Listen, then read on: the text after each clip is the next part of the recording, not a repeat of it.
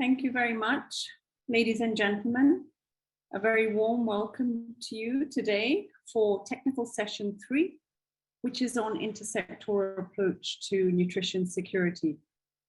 Warm wishes to you from ADB, and very sorry that we're not all with each other today, but we have a very illustrious lineup of panelists and speakers, and I'm sure this session will be very lively and energizing. I'm your moderator, Yasmin Siddiqui. I'm the Director for the Agriculture, Environment and Natural Resources Division at ADB's Central and West Asia Regional Department. And I look forward to leading you through the session today.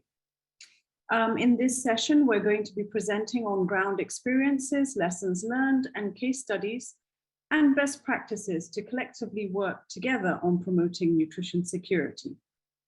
So without further ado, let me introduce you to our very accomplished keynote speaker, Ms. Mandana Arabi, who is the Vice President of Nutrition International. Ms. Mandana will be sharing her keynote address to all of you, followed by then a lineup of panelists and then further speakers who will be sharing their insights. So I'm going to hand over to Ms. Mandana. Ms. Mandana, please, your keynote speech. Thank you very much to the chair and to all the organizers and participants today. It's an honor and a pleasure to be part of this discussion. I'm really looking forward to a rich session. My name is Mandana Arabi, and I'm Vice President of the Global Technical Services and Chief Technical Advisor at Nutrition International. I'm going to share my presentation.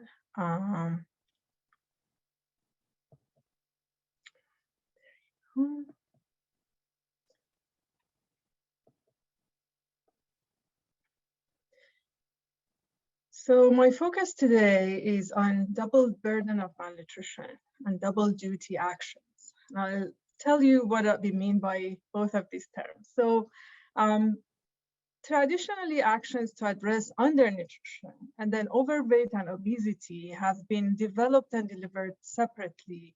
And sometimes even solutions that were developed to address one inadvertently have actually even added to the burden of the other. For example, if food assistance had low quality foods contained in it and was delivered in context where energy intake was not an issue, it could potentially lead to obesity. So it creates another type of malnutrition in the same context.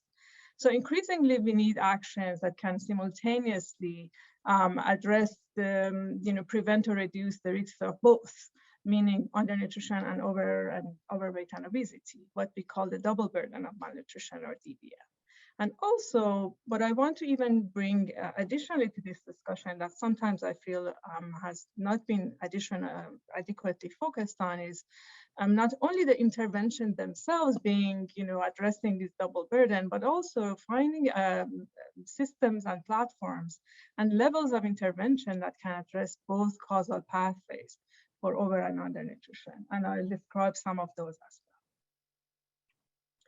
well. Just really quick overview. I think many of us, even through our own lives and through the news, are familiar with the current situation and how nutrition is still one of the biggest factors in everybody's life and well-being, but specifically in work in the international development. We can look at child malnutrition or undernutrition here, which is defined by sometimes by being too short for their age, or too thin for their height, or too light for their age as well. So there are different ways of defining undernutrition. Stunting specifically is about height, which has been shown to be a good predictor of survival in children. So we really pay attention and have global targets for reducing stunting. When we look at the global situation of stunting, we see that the global stunting has been on the decline. But when you look at the overweight and obesity in children, in general, there has not been adequate progress.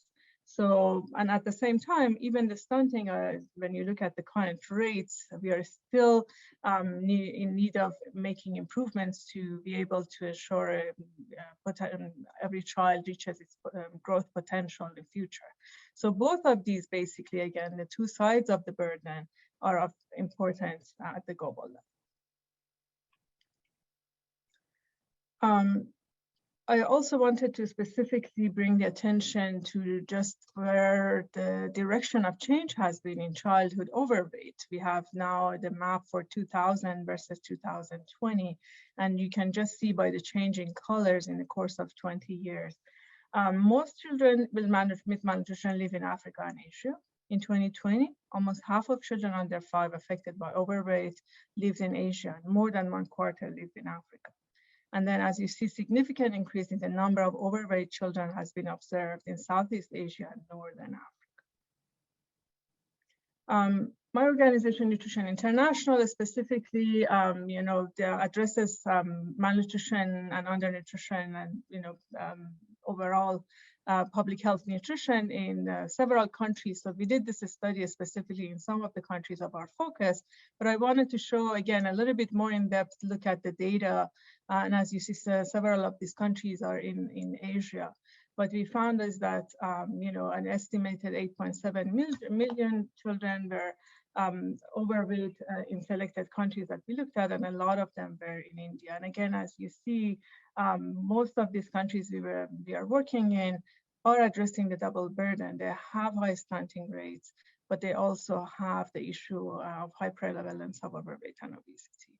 Another thing that we noticed is that at this moment in time, when you look at the data, part of it is affected because of the availability, but on the overweight and obesity side, adult women have a higher prevalence, and that's an age group where we notice, as you see the large column, the orange columns here show the situation with higher prevalence of overweight and obesity in adult women.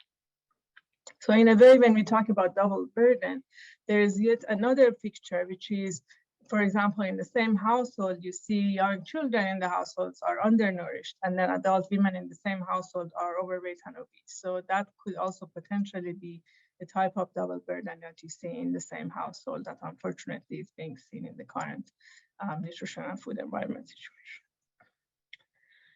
So why is it that we need to actually pay attention to double burden? The double burden of malnutrition is the prelude to the rapidly growing burden of non-communicable diseases. And when you look at the burden of diseases, up to 75% of deaths worldwide are related to non-communicable diseases. So when you look at this, a big portion of many of us in our lifetimes could potentially be affected by these non-communicable diseases. So increasingly, nutrition has to be an integral part of discussions of non-communicable diseases as well, NCDs. And what we know is that early life undernutrition, as early as in utero, not only predisposes children to poor physical and cognitive development in early life, but also increases the risk of NCDs later in life. And there is increasing research coming out that shows this and shows different impacts. Based on the trends that we see, and I showed in NCDs and overweight and obesity, when we looked at our program countries, NCD rates have nearly doubled in some countries such as Bangladesh.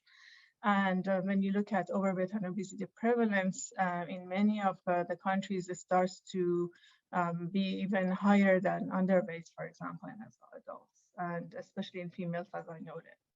And also prevalence of overweight and obesity in adolescents is evident and is increasing, especially in Asia and North Africa. However, an issue that we have is also not having adequate data on adolescents, and that's a population group that is of concern, but unfortunately also a lot of places we still don't have a good systematic way of collecting data on their nutrition situation. So from the double burden of malnutrition, we were moving to looking at non-communicable diseases, and I just wanted to also show how the NCDs are changing over time, and the fact that global burden of non-communicable diseases, especially in lower and middle income countries, is on the rise. And all-cause deaths due to NCDs have nearly doubled in many countries that my organization has been working in. So in terms of kind of policy action and attention, there has been a lot of progress in bringing attention to the double burden of malnutrition and NCDs. I just wanted to highlight a few here that we do have actually global targets for reducing diet-related non-communicable diseases.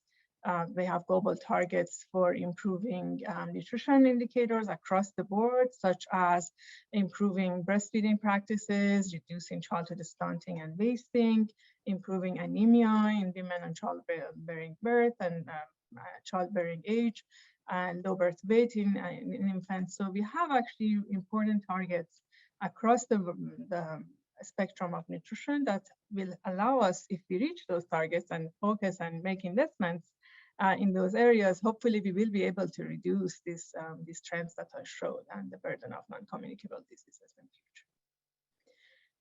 future. We still need better methodologies, though, for estimating the economic impact of double burden malnutrition. I wanted to highlight this again because this is like the state of research and knowledge that's being produced today, as well as being able to show more and evaluate cost effectiveness of these actions that I will talk a little bit about in my discussion today, what those actions are.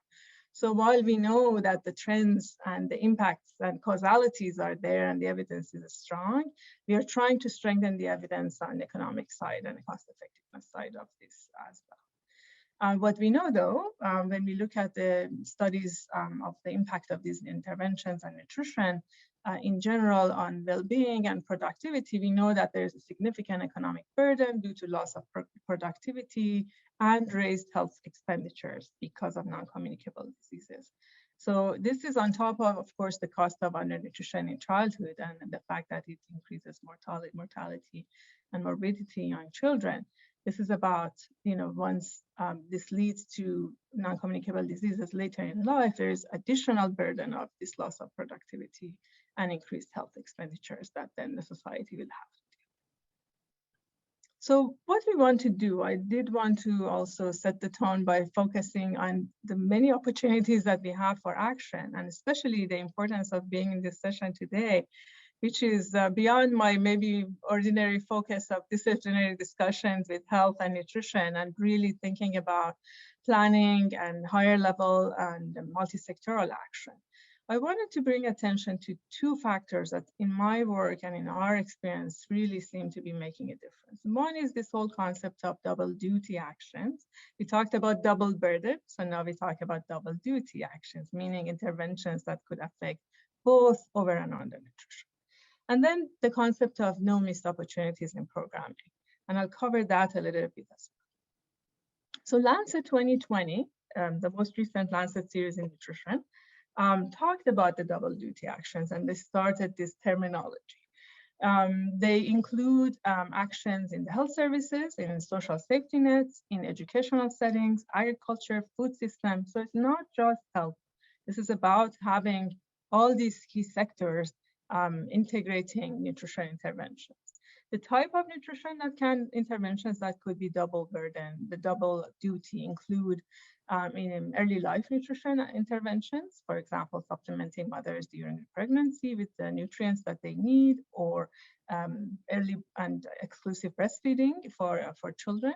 It's about diet quality, it's about the food environment, and it's about the socioeconomic factors that affect malnutrition. So again, interconnected factors that we need to also address with interventions. Some of these interventions, for example, include improving the kind of growth and health, taste preference of young children, for example, in early life. So this would improve early infant feeding practices. It's about focusing on diets that are rich in nutritious foods and balanced and healthy, and they have enough diversity. It's about food environments so that people are in situations that encourages them to make good choices, and healthy diets are available to them. They're affordable and they're appealing. And also it's about knowledge, attitude, income, economic situations. And we really need a multitude of actions at different parts of this framework to address the double burden of malnutrition. I wanted to mention also, we talked about double burden and double duty actions. There's an interesting research that currently, again, I've been working on with the Harvard School of Public Health, which is about looking at the impact of these early nutrition interventions. Let's say, for example, providing nutrition supplements, iron and folate, for example, acid to pregnant women, and how it not only affects the health of the mother, it reduces anemia and improves birth outcomes.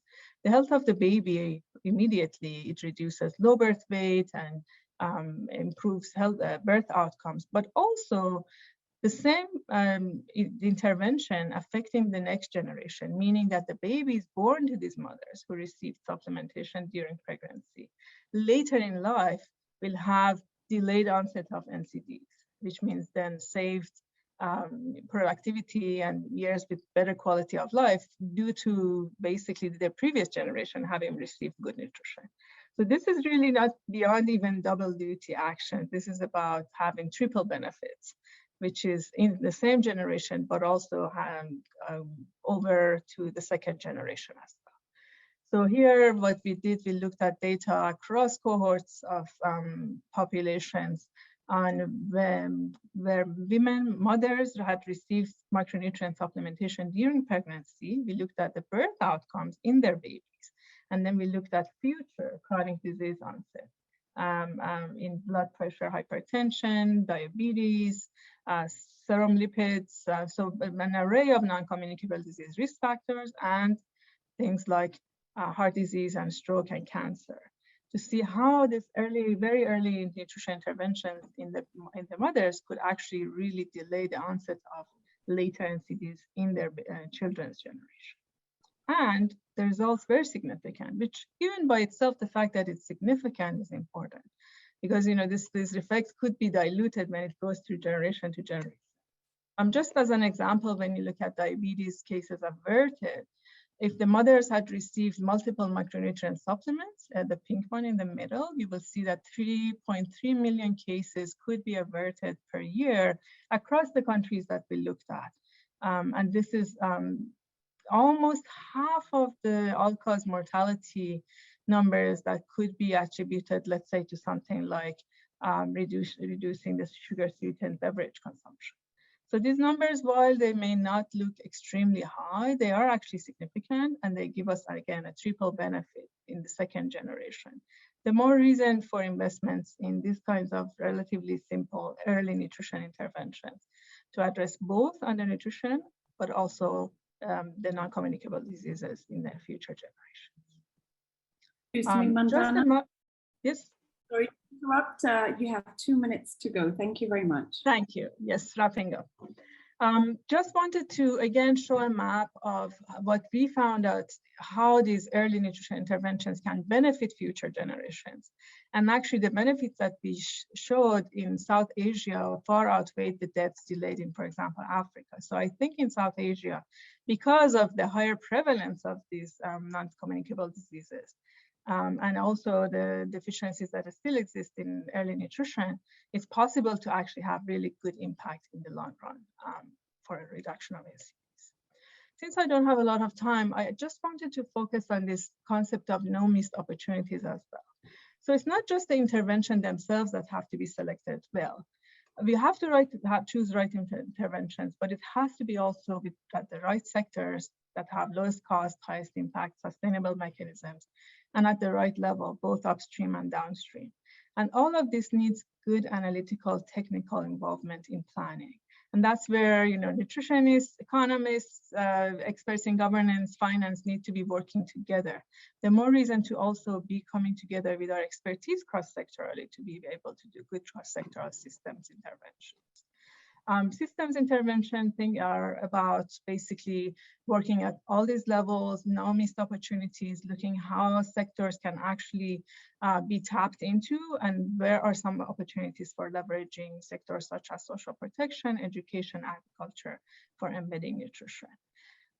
The key messages for me are yes, multi-sectoral nutrition is important, but not attempting to integrate nutrition into every sector. This has to be, again, based on analysis of the context, on opportunities, and on what gives us the best bang for the buck. So it has to be well thought and based on data and evidence. Significant difference made by the right tools and necessary technical expertise, as I mentioned. And attempting to ensure nutrition programs are effectively integrated into other sectors, if and as relevant, with an intentional design to improve nutrition outcomes or determinants. So it's not any sectors and it's not any nutrition, it's the right kind of intervention in the right sectors and at the right levels. And in summary, just again to highlight the importance of thinking about the multiple burdens of malnutrition and non-communicable disease, especially in Asia. I think we really have enough evidence to know that it's important to make investments in reducing.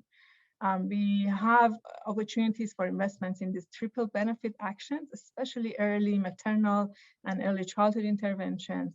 We know some of these interventions and we are able to demonstrate the impact.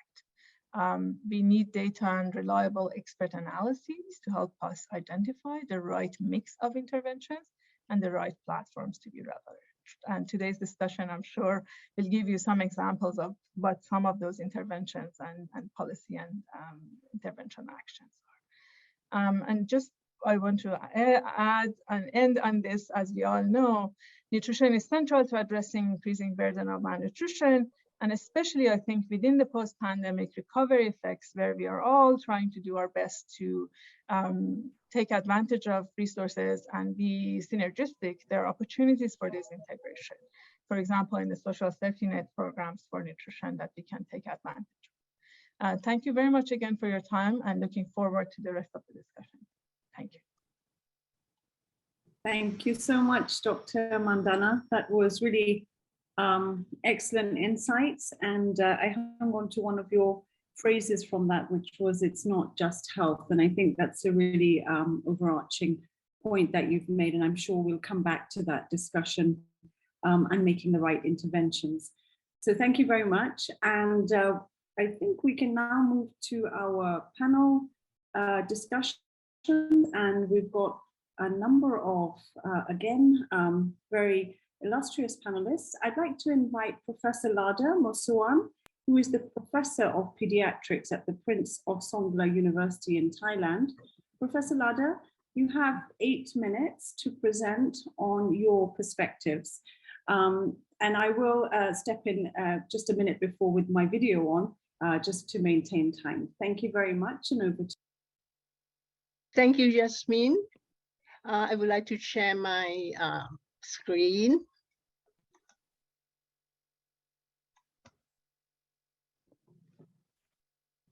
Yes, good afternoon. Yeah, before I'm sharing what we are doing in Thailand, I would like to show the Thailand nutrition profile. Like many other countries in this region, Thailand is facing triple burden of malnutrition. You can see that the prevalence of childhood overweight is on course to meeting the global nutrition target, but that is only among the under 5. Overweight prevalence among the school-age children and obesity in adults, as well as the diabetes prevalence rising, along with the failure to reduce the childhood stunting, wasting, and anemia of women in the reproductive age. A national health examination survey was carried out during COVID epidemic in 2020, and we do not see much change in this trend. Nutrition policies and programs in Thailand mainly come under these 4 ministries, with Ministry of Public Health taking the lead and supporting by Ministry of Agriculture, Ministry of Education, and Ministry of Interior. Thai Health Foundation, Thai Health Promotion Fund, an autonomous body, government body, has worked with civil society organization and NGOs to support policy process and national level campaign for food security, food safety, and nutrition security. And the academia is to provide the evidence-based technical support, and the private sector is engaged to advocate for their commitment to support optimal nutrition. Thailand has addressed determinants of maternal and child nutrition and drivers of NCD to this following system. For the health system, Department of Health has launched the new edition of DRR in 2020, and food-based dietary guidelines are being revised accordingly as a tool for communicating healthy eating behaviors. To tackle micronutrient deficiency problem, iodine, iron, folic acid supplement is included in the essential drug list for pregnant and lactating women. Iron supplementation to infants and children and iron folic acid supplementation to women is included in the health benefit package financially supported by the National Health Security Office. For the education system, school lunch and meal are provided for all children in the early child care, kindergarten, and primary school. And some municipalities pay extra funding for breakfast. To make sure the quality of school meal is up to the standard, Ministry of Education and Ministry of Interior have endorsed the use of Thai school lunch program, which is a web-based program designed by the NECTEC and the INMU for preparation of nutritious school meal within the allocated budget. The program will check the nutrition quality of the selected menu, as well as checking the content of fibers, sodium, and sugar for the reduction of dietary risk for NCDs. And for Farm to School initiative, I will talk in detail in the next slide. For food systems, several measures have been in place to create healthy food environments, including Infant Food Marketing Control Act, sugar sweetened beverage tax, and the front of pack labeling. We have Healthier Choice logo, a voluntary one aimed to promote healthy diets for NCD prevention. We have nutrient profile model for classifying foods, snacks, and beverages for food and nutrition policy actions, particularly for restriction of marketing activities to children. It is also used in Food Choice app, which applies the traffic light concept to provide information for selection of the right product for health. The only national food fortification program is universal salt iodization, which has been implemented since 2011. For the Farm to School initiative, as I mentioned earlier, early child care, school, and kindergarten use Thai school lunch program to provide a nutritious meal to children.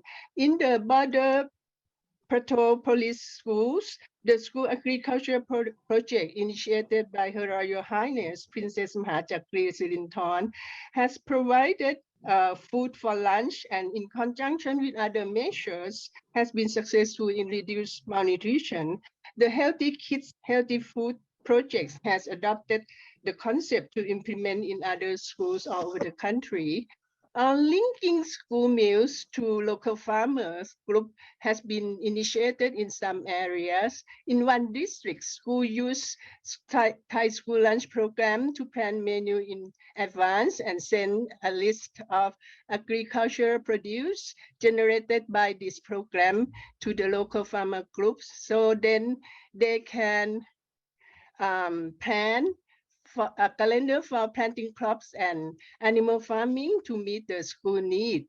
In another sub-district, the local authority mapped local producers based on safe farming practices. And the National Food Board has included the indicators of use safe local produce for school food management.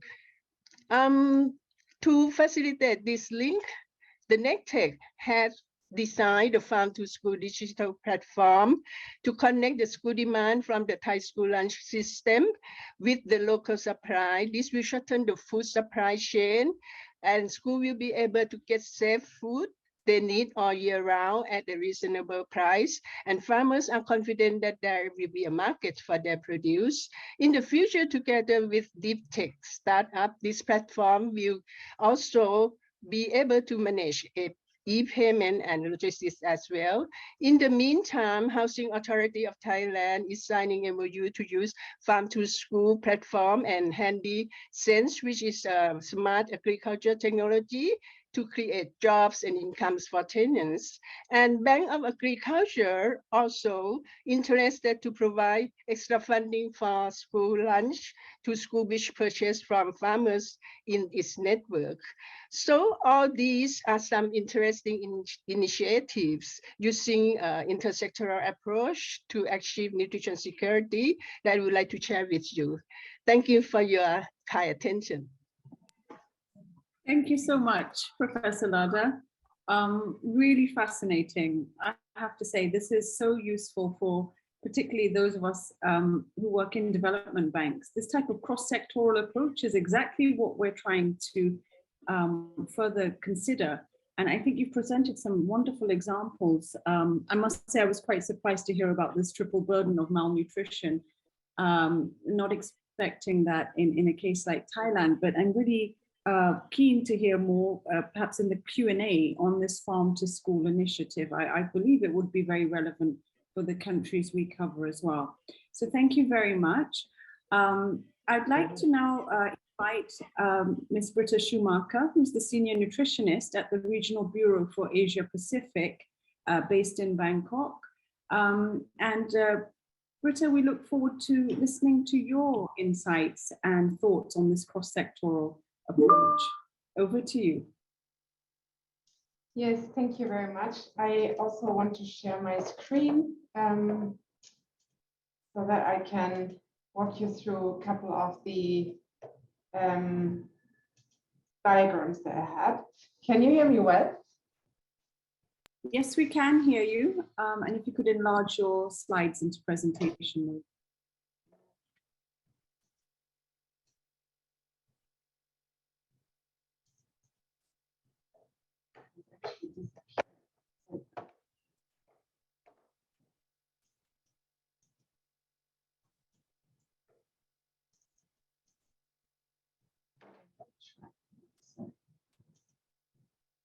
So we can see the slides, Britta. They're just not on the presentation mode. Yeah, and I'm wondering why.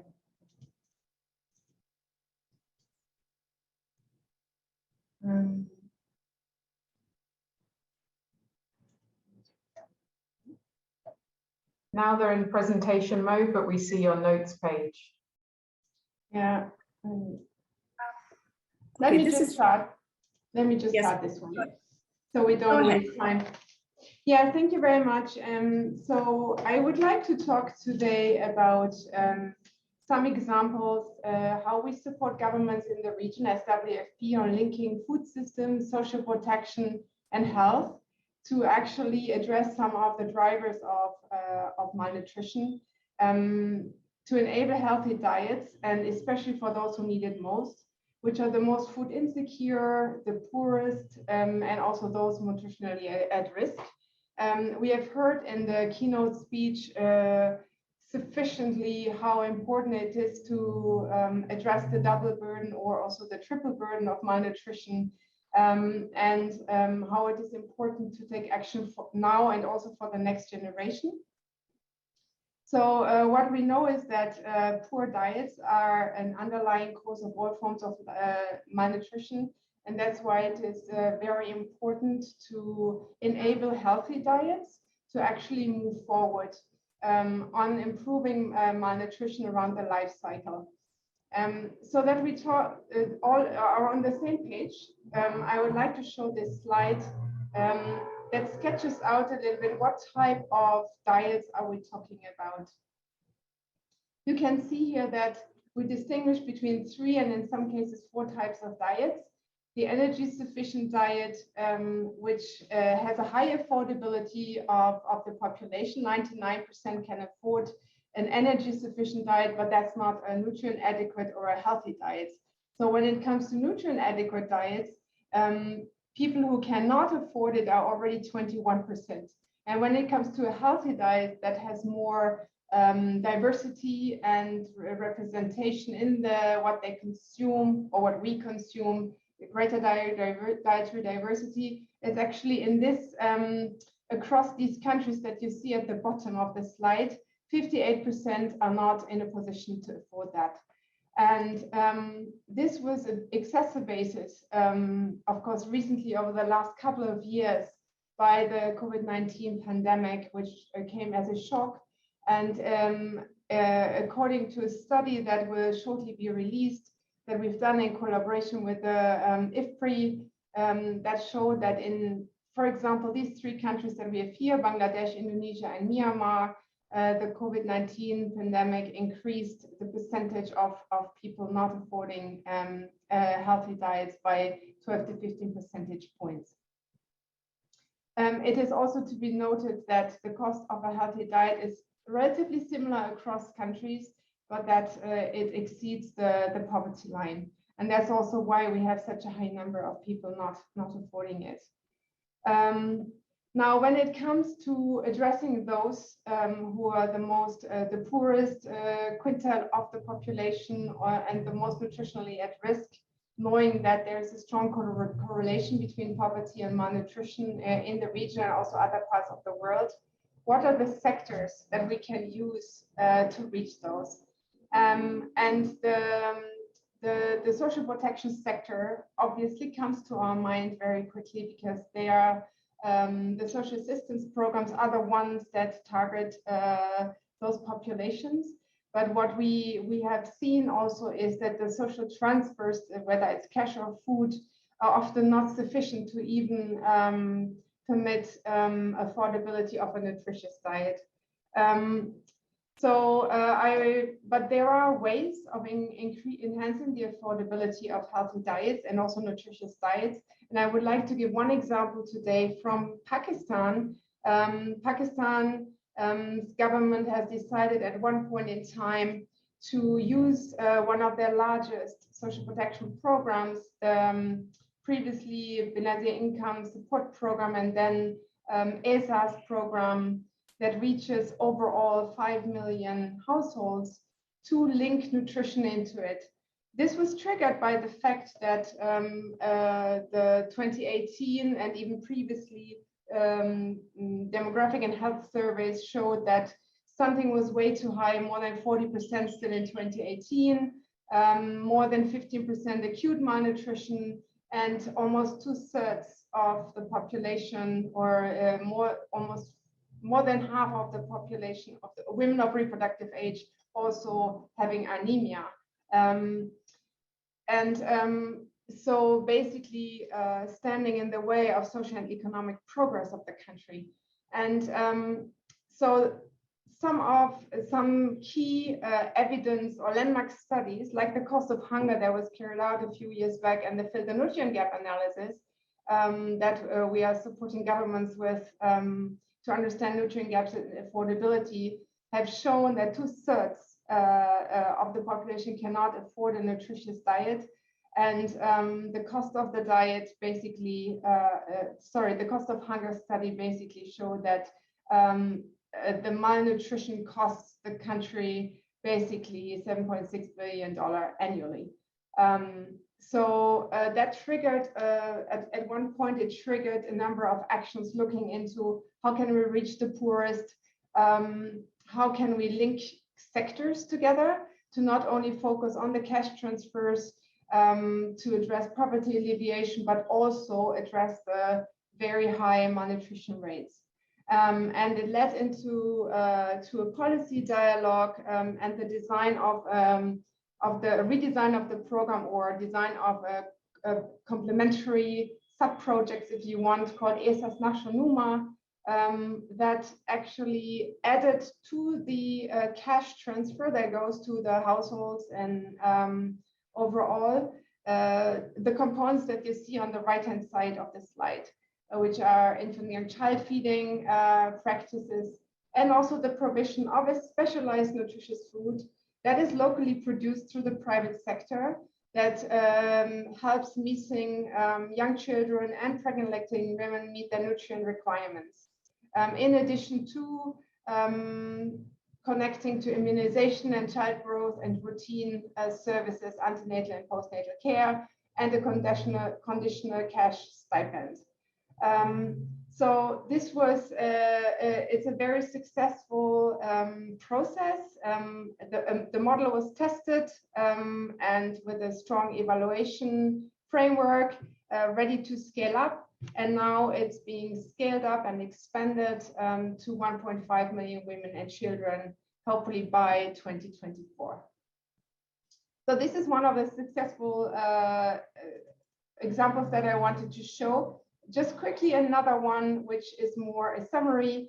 So another area that we are supporting is large-scale rice fortification, which addresses the prevailing high level of anemia and micronutrient deficiencies in the region, which that's why we often talk about triple burden and not only double burden.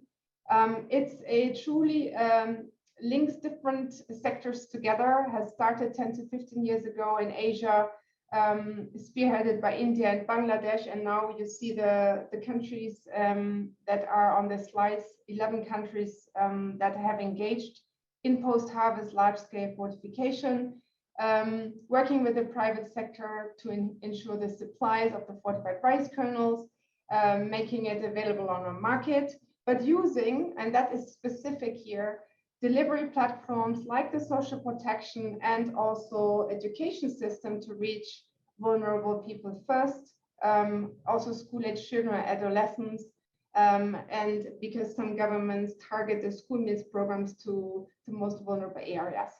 And the health system's contribution to this is basically making sure that the regulatory framework is in place, food safety and quality standards, and then the coordination with other interventions like supplementation and like other interventions enhancing dietary diversity for healthy diets, which should always be complementary to an intervention like fortification.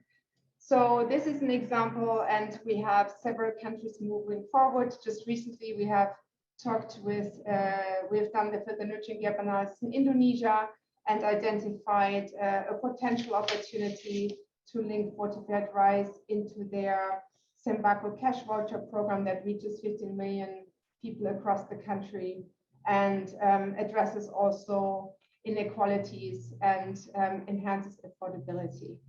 So I think I'm coming towards the end of my time. So let me stop here, and if there is more time in the Q&As, I can come back to some of the elements. Thank you very much, Britta. Thanks again for a very informative presentation. Again, fascinating to learn more and more about the links between nutrition, poverty, and thank you for sharing on this linking sectors, reaching the poorest, and the SRS program example. I'm going to speed along now and introduce our next panelists. We have Victor Ochieng Owino, who is a nutrition specialist at the Division of Human Health, International Atomic Energy Agency, and Kofi Bimpong, who is a plant breeder and geneticist at the Department of Nuclear Sciences and Applications, also at the IAEA.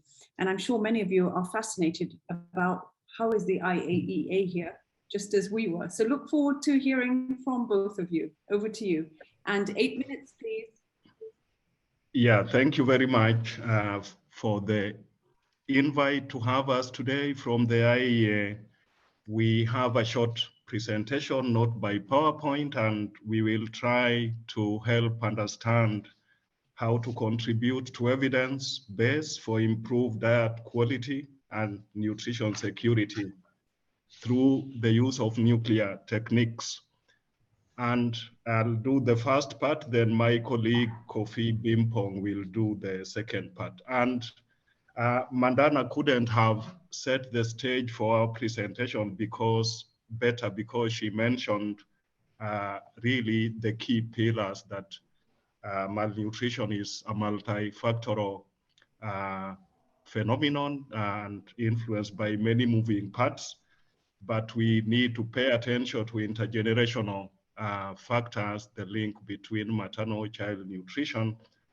But more importantly, she challenged us on how do we actually evaluate impact and how do we generate reliable data to help us evaluate impact. So just like the double burden of malnutrition is influenced by many factors, nutrition security is a function of many factors within a complex and dynamic food systems influenced by several external forces, for example, climate change, dietary transitions, just to mention two. And diet quality in itself, Mandana mentioned this as a very important pillar in the whole mix. So diet quality has two important dimensions as far as I'm concerned. One is the adequacy of the food consumed. So in enough quantity to meet recommended nutrient levels to sustain the human system beyond daily maintenance, of course, including any physiological requirements like pregnancy and rapid growth. Number two, quality refers to the balance and bioavailability of nutrients for use by the human body. However, we also learned in Mandana's presentation that Africa and Asia are the most affected regions, and largely because we rely mainly on plant-based diets, which are associated with micronutrient, but also macronutrient deficiencies, partly because of the low content of those nutrients, but also because of the presence of anti-nutritive factors in those foods. And so there is more evidence needed then on nutrient absorption from these kinds of diets so that to help us be able to design messages to improve health and nutrition outcomes. And this could include functional outcomes such as body composition, the influence of gut health, and to design policy frameworks and interventions to guarantee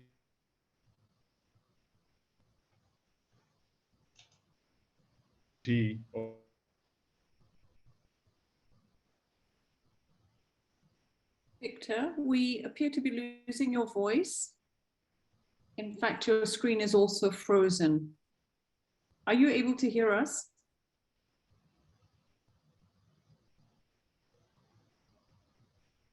Maybe I can request Kofi to step in. Kofi, can you hear me? Yes, Jasmine, I can hear you. Okay, I'm sorry, then. Victor, if I may request you to step in and we'll see if we can connect with Victor. Okay, thank you very much for the opportunity. I think in Victor's preamble, he reiterated what I think the keynote panelist said, that nutrition have to be an integral part in food security, which I agree absolutely with it.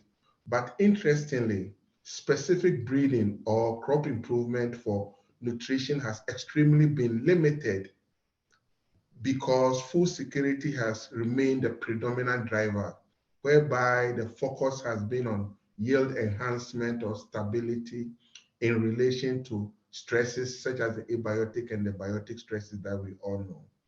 However, at the IAEA here, we all know that we are using the approach of mutation induction.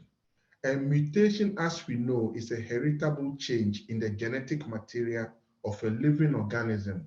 And this can lead to the development of a new variety, cultivar, or germplasm, which can be selected through a conventional breeding method for trait of interest, especially in terms of nutrition security. We can focus the selection towards quality and also preferred end users by the farmers.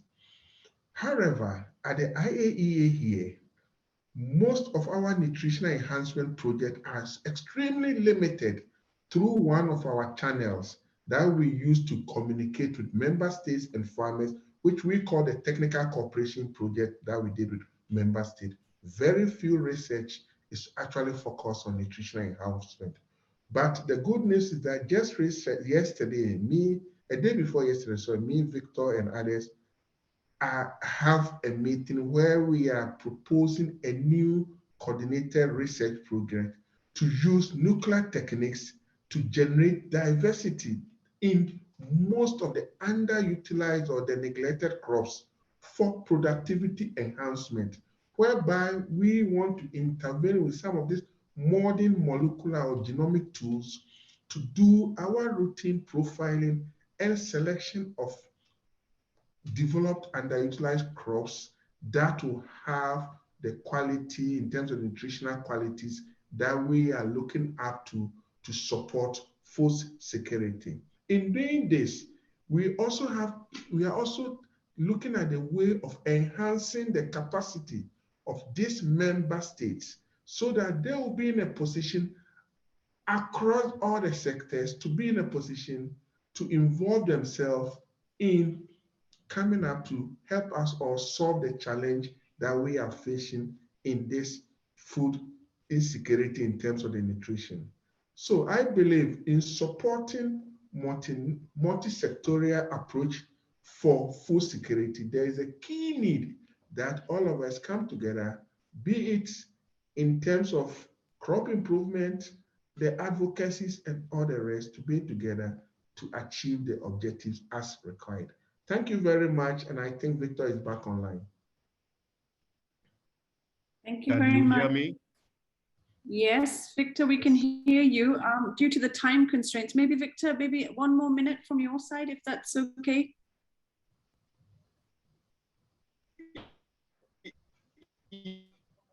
Oh, Victor, we seem to have lost you again.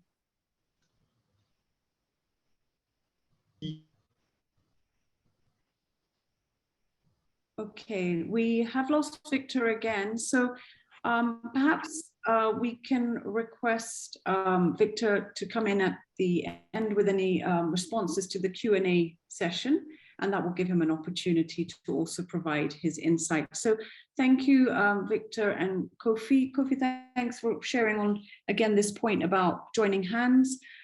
You touched upon capacity enhancement and also this need to emphasize on breeding, not just focusing on yield enhancement. So moving swiftly. I'm going to now, we're going to enter into this revisiting and reflection series of presentations. And I'd like to invite our first presenter, Kaz Maruyama, who's the President and Representative Director of DSM from Japan. He's, sorry, DSM Japan. So Kaz, over to you, please.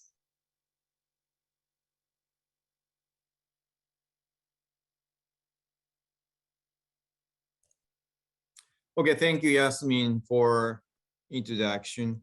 I hope you are not seeing my desktop.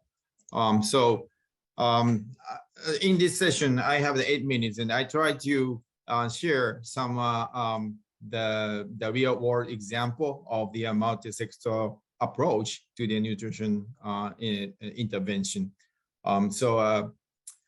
First of all, the DSM is headquartered in Netherlands. We are the global leader of the health, nutrition, and bioscience, and our products include the micronutrients like vitamin or the minerals for food and feed ingredients.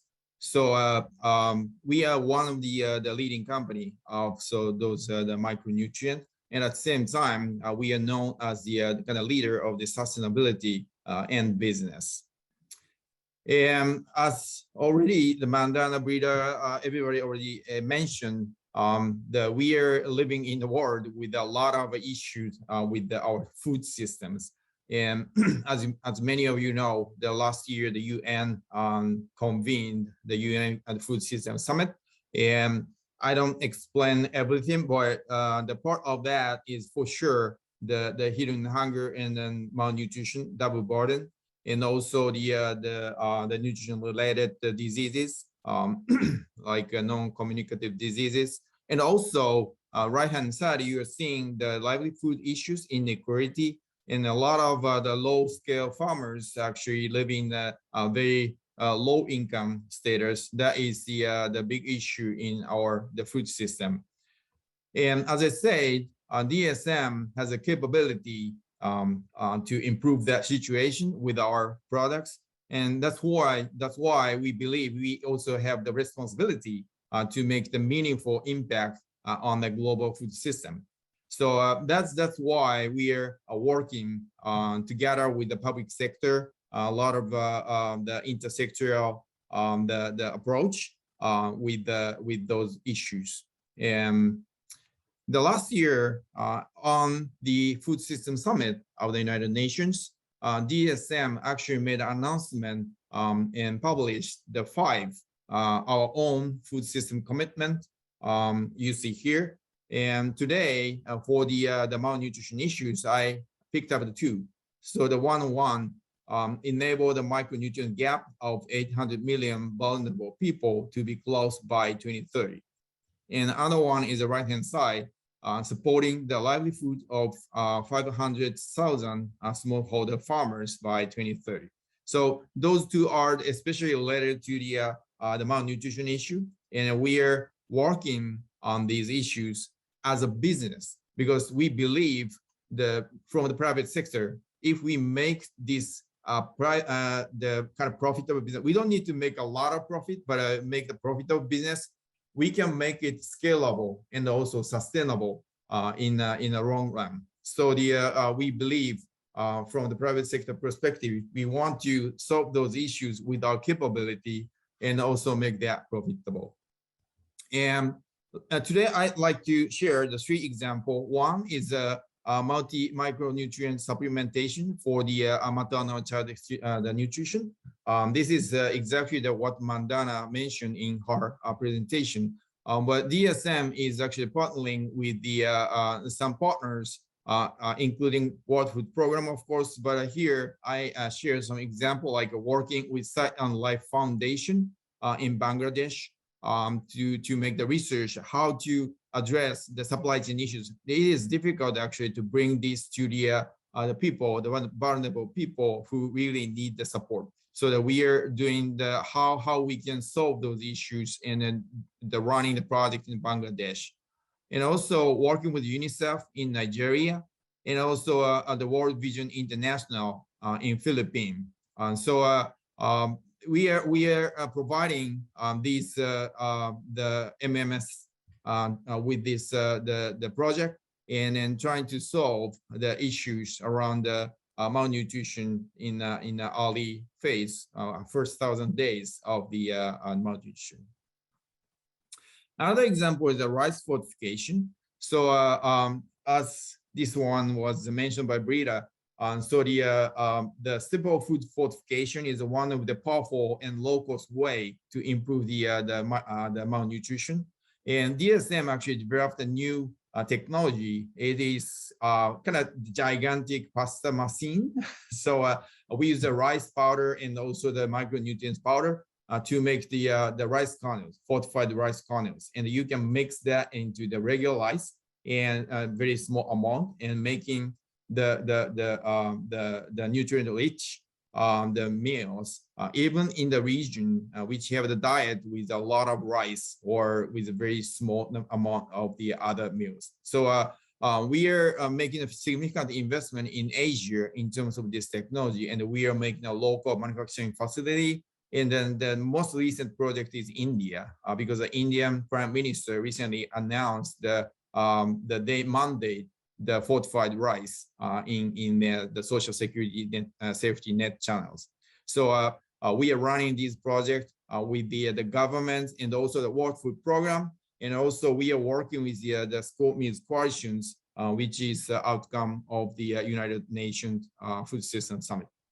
And the final one is this is a very innovative business model, and we believe this one can be applicable in Asia, maybe with the Asian Development Bank.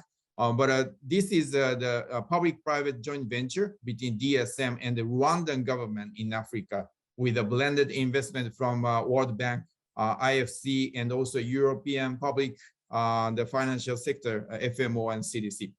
And this company is actually doing the social enterprise, making kind of the fortified policy, and to make the resilient local food system. Because for a long time, the people say the support, nutrition support in Africa maybe the European company bring their own products and then nothing actually developed in Africa locally. So this is the challenge. We try to make the local food system with the government and also the investment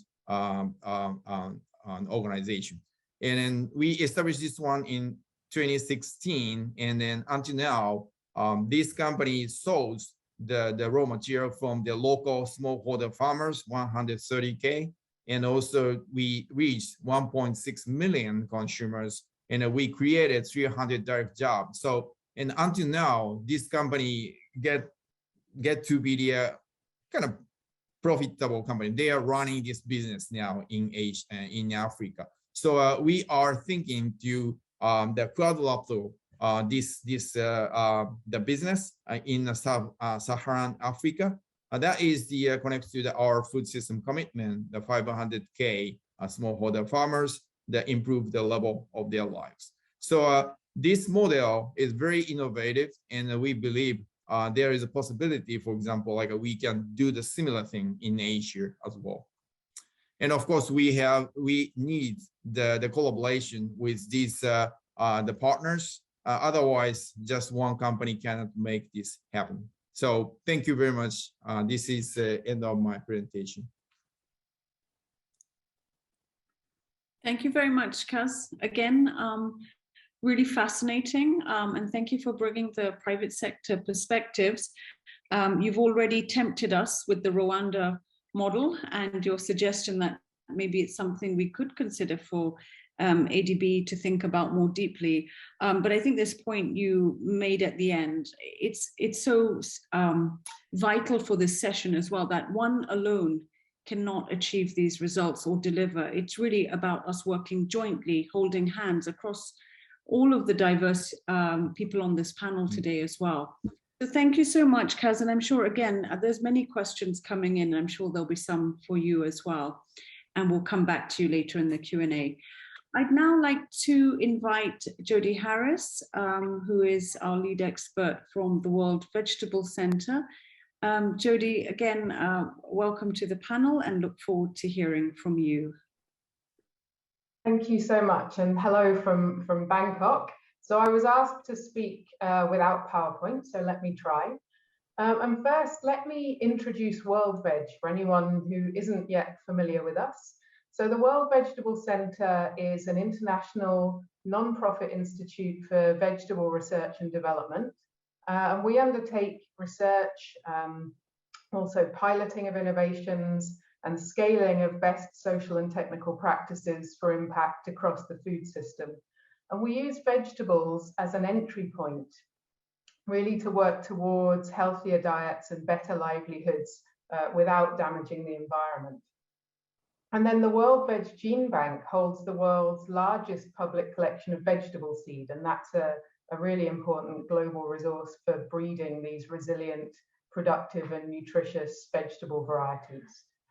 So why do we do all that? So one objective, as I said, is resilient livelihoods through vegetable production and value chains. But our other key objective is particularly relevant to our session today, to build healthier lives through diverse and vegetable-rich diets. So we know that vegetables are an essential and an irreplaceable, actually, part of a healthy diet and contribute to uniquely, really, to diet quality for nutrition. So the health benefits of vegetables obviously stem from their high content of vitamins and minerals and fibers and antioxidant compounds and polyphenols relative to other food groups. But around the world, we know that most people's diets are low in vegetables, despite their nutritional importance. Low vegetable consumption is a key contributing factor to micronutrient malnutrition, which has been mentioned today, to child stunting, and to overweight and obesity and its attendant metabolic diseases. So that double or even triple burden of malnutrition that everyone's been talking about. And vegetables really are the classic sort of double or triple duty food that address over and under nutrition simultaneously. So in terms of the Asia Pacific region, which I'm going to focus on, global studies really agree that East Asia has one of the highest vegetable consumption rates in the world. But the Pacific Island countries also in this region have among the lowest. In general, Asia is the continent with the highest vegetable consumption in the world, but still only 29% of countries reach the recommendation for vegetable consumption on average. So that's still too low. And then at an individual level, we know that around 30% of people in China, for instance, are able to meet vegetable intake recommendations, but only 1% in Nepal. So a huge variation even within this region that we need to address. And of course, national statistics mask huge inequalities in vegetable consumption between different populations within countries. So of course, we need to address those inequalities. And then even in countries with high vegetable intake, we have issues like food safety. So World Veg studies in Asia have shown that pesticide use in vegetables, for instance, is 10 times higher than in rice. And that 80% of pesticide use in vegetables is overuse. We don't need to use that much, even if we need to use some. So we also need to make sure that more vegetables means safe vegetables for people and also, of course, for the planet. So how is World Veg addressing vegetables for more nutritious diets then? Well, in this region, we have both the highest and lowest vegetable consumption in the world. And one thing this tells us is that we can't treat this region as a single entity, but we have to understand the food system context of different countries and the equity profiles of different populations within countries to effectively address some of these issues. So World Veg takes a food system approach. So we want to understand the place that vegetables and in particular local or traditional varieties have in people's diets in different contexts and population groups. So we might use national data sets or conduct surveys to understand how vegetables fit into diets. We want to understand why people choose their vegetable consumption patterns in different contexts. So we undertake social research into socio-cultural and microeconomic reasons for vegetable choice. We also know, of course, and people have mentioned it, that people's choices are conditioned by their context, particularly with an equity lens. So we take research into food environments to understand things like availability, accessibility, convenience, safety, price affordability of different vegetables in different contexts. We undertake research into vegetable supply, from seed systems to breeding trials to post-harvest practices, to understand how value chains make different vegetables available for the diet. And we undertake research to uncover how policy and governance and actions in the private sector and civil society shape food systems differently in different places and for different people. And then we use that research to design and evaluate interventions in collaboration with partners and to advocate for policy change in support of these vegetable-rich, healthy diets. So what are we doing in the Asia-Pacific region specifically? We have a lot of examples of World Veg research for healthy diets and better nutrition here in Asia-Pacific.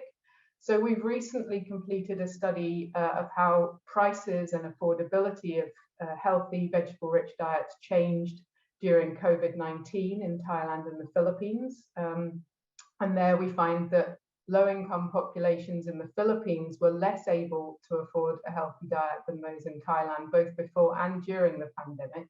And that in both countries, government social protection packages were vital in averting worse impacts on diet affordability. We have many years of research on the impact of home and school gardening interventions across the region, showing the importance of home-produced vegetables for family diets, but also the potential of raising children's interest in healthy eating through gardening early in life. We have a major project in Cambodia and Laos to scale off-season production technologies for vegetable crops to make vegetables more available for diets year-round. With support and collaboration from ADB, our partners in this meeting today, we recently completed a study on food safety in fruit and vegetable value chains in Vietnam and Bangladesh. And we find that, of course, urban consumers are increasingly concerned about food safety, particularly pesticide residues, but that current value chains and national food control systems are largely unable to guarantee food safety. So we suggest some entry points for change.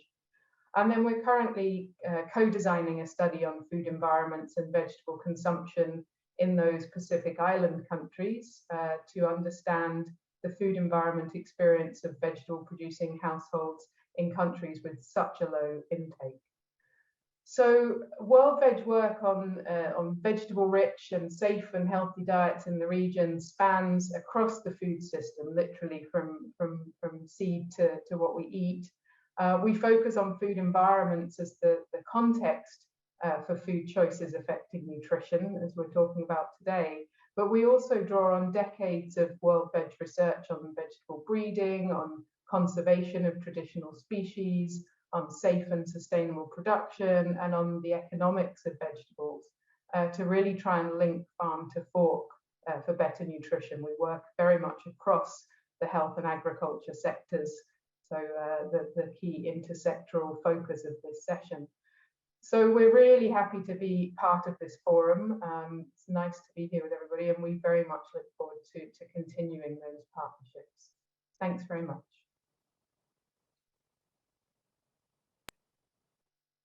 Thank you very much, Jodie. Thanks for, I think you hit the nail on the head with the opening line. So what does World Veg do? So thank you for sharing with us as well and highlighting the efforts that you're making in the Asia Pacific region. I think, again, number of points you've touched upon, all the way from the food safety to looking at the COVID impacts, and then the nutritious diets and the value of vegetables. I think this is very, very relevant for all of the work that we're doing across all of our sub-regions as well. And definitely even for me, that some of the countries I cover in Central West are highly lacking in nutrition, particularly from vegetables. So again, I'm sure there'll be in the Q&A some opportunity to have this discussion further. I'd like to now invite our final speaker for this session, and he is Ahmed Omar. He is the Chief Executive Officer of Vital Agri-Nutrients based in Pakistan. And Ahmed, thank you very much for joining us, and I'm going to hand over to you to run through one moment points. Thank you very much. Hello, everyone. So I'm going to talk about the nexus between fortified grains, soil, and specialty fertilizers, and how it impacts food safety and food security. So in case of Pakistan, 70% of all the calorie intake comes from grains, and 70% approximately of the grain that provides that nutrition is wheat. And about half of that wheat is grown in the close proximity, that is the rural areas of Pakistan. So it's a very narrow piece of area, relatively, which provides grains, which provides majority of the nutrition to the people. And if the soil becomes depleted of important minerals, which we have been talking about, such as zinc and such as iron, then it does not augur well for the food system. And therefore, the grains which are consumed by the children, the mother, and the population at large does not carry these important minerals. So the approach that we have taken is to look at this soil, make maps of different areas, and then use those soil maps to determine what kind of specialty fertilizer is required. The different interventions that have been discussed in the past, if you look at them, they are concerned about post-harvest, or most of them are related to post-harvest. What we are talking about is pre-harvest. So the approach suggests, or I would argue, that if you apply the nutrients which are missing in the soil, it will not only result in a more healthy crop, a higher yield, but it will also result in improvement in the quality of the fruit, vegetable, or the grain which is being produced. And that will result in the vital minerals at least becoming part of the food system. Unfortunately, over the last 50 years of extensive agricultural practices taking place, the focus has been on the major nutrients as far as the governments are concerned and as far as the fertilizer industry is concerned. So you hear companies talk about and governments talk about the major fertilizers such as the ureas, such as the DAPs, but they hardly talk about the importance of micronutrients or how these micronutrients can be fortified, can be gelled with the major fertilizers, and how value-added fertilizers can be produced, which in return, as I have said, can result in better quality of grain produced. In 2015, we partnered with one of the provincial governments here in Pakistan, and we started drawing soil maps. And over 3 years, we were able to get about 2 million data points in the province of Punjab. Using that data, we have now mapped crop-specific and area-specific crop nutrition planning. And we are already seeing the results. The thing that I find very fascinating is that it's a totally private sector driven initiative. Apart from the fact that, yes, as far as the diagnosis was concerned, as far as making of the maps was concerned, it was publicly funded.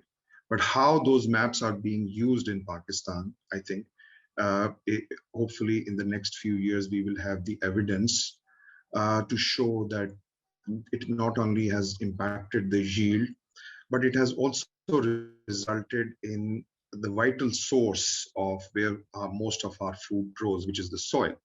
And unfortunately, we had seen evidence that the soil fertility had been in decline for the last many decades.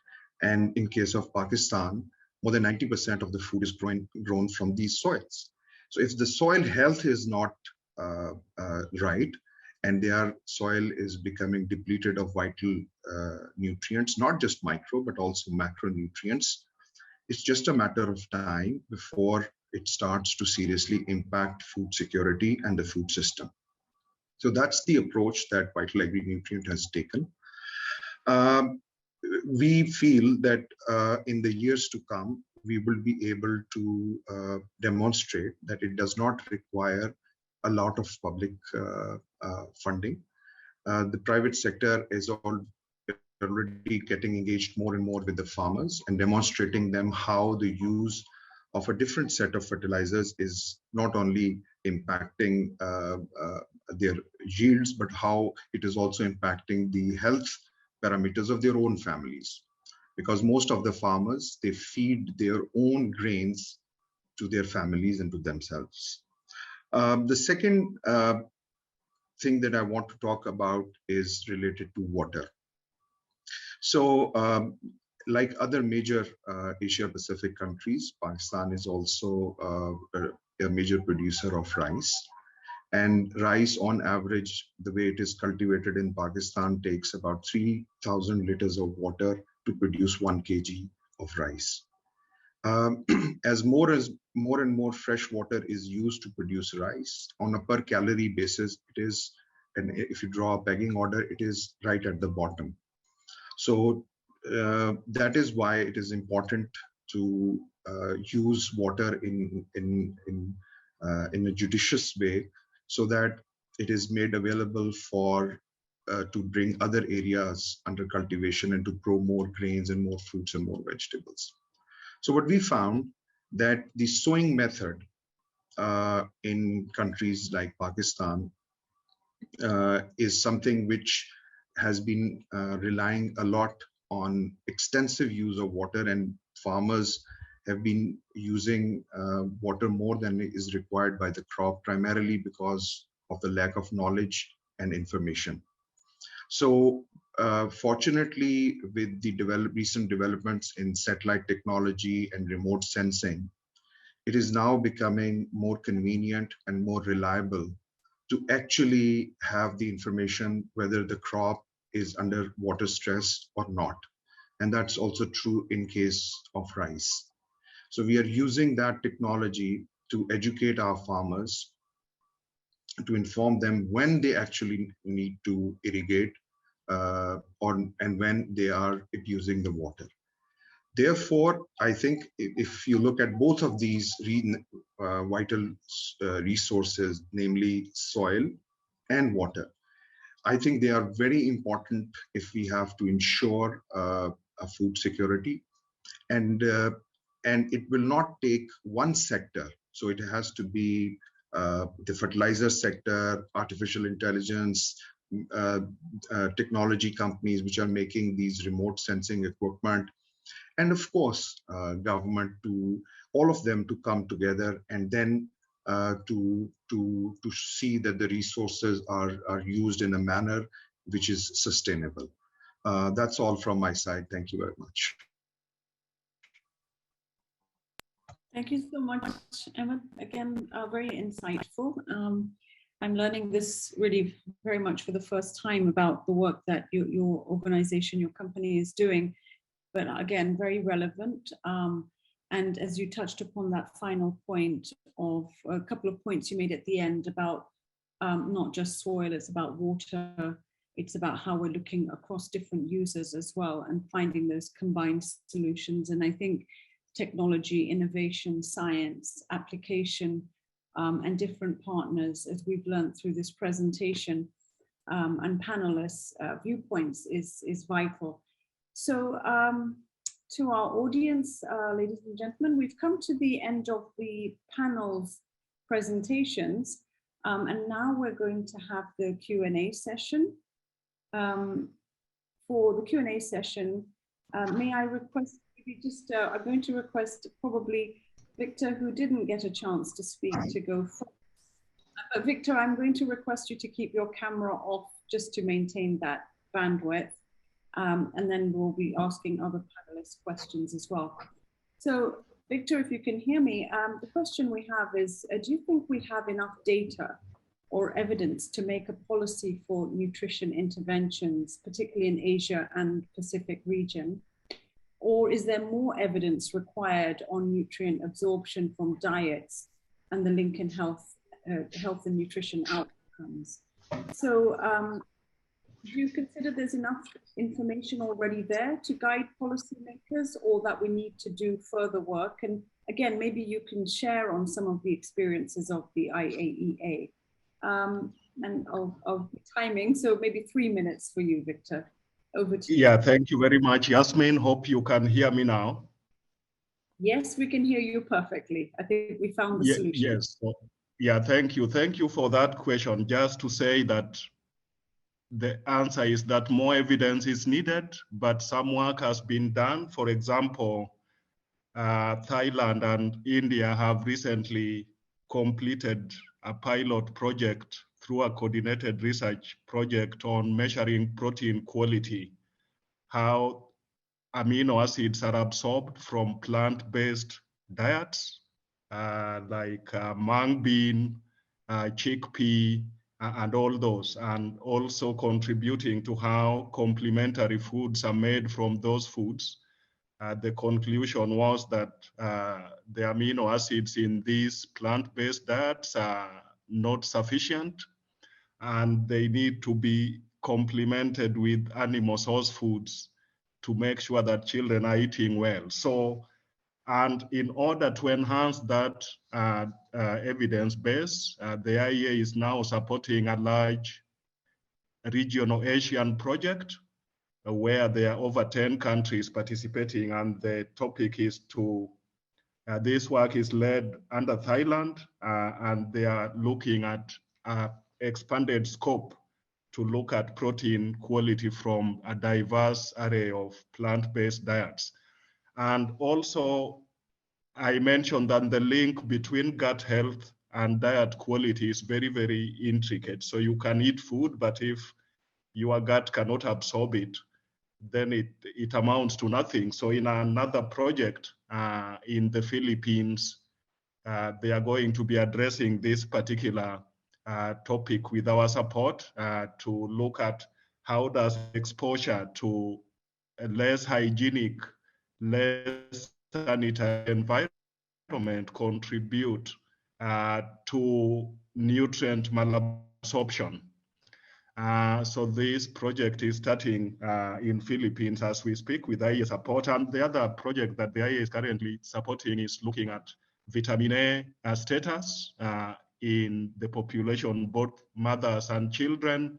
This is being done in Indonesia at the moment, but the scoping is that in future, it could also be addressed through a regional project. So these are very, very few examples of entry points through which negotiations can be held to see how also the ADB and the other stakeholders could come in.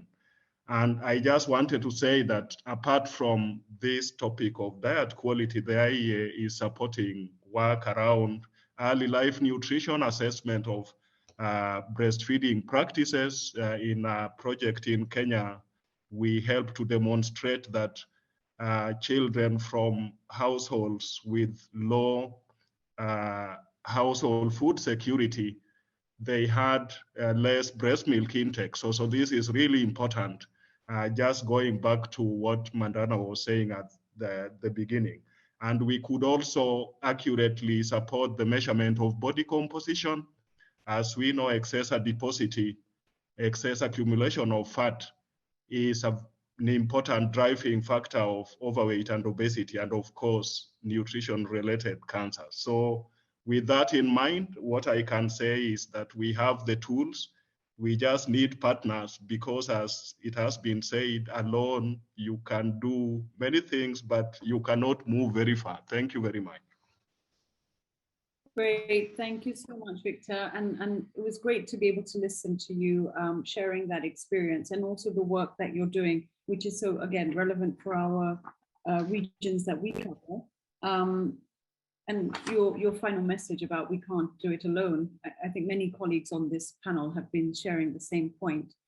And it's about how we collaborate to deliver. So we have one question which I was considering maybe I can pose to a number of you, and it really links in a little bit to what Victor was sharing about these challenges that are faced on nutrition. But I wanted to hear from you on spatial equity. We can see that rapid urbanization is one of the most important aspects of development in Asia. In fact, I mean, I would say Asia to a large extent is characterized by this tremendous urbanization we've seen. And this would imply tremendous pressures on the spatial balance of economic and social conditions. What I'm keen to hear from you are, what are the differences that you've observed in the nutritional issues between rural and urban areas? And again, maybe this one, there's a few of you, I don't know who wants to go first, but it does apply to many of you.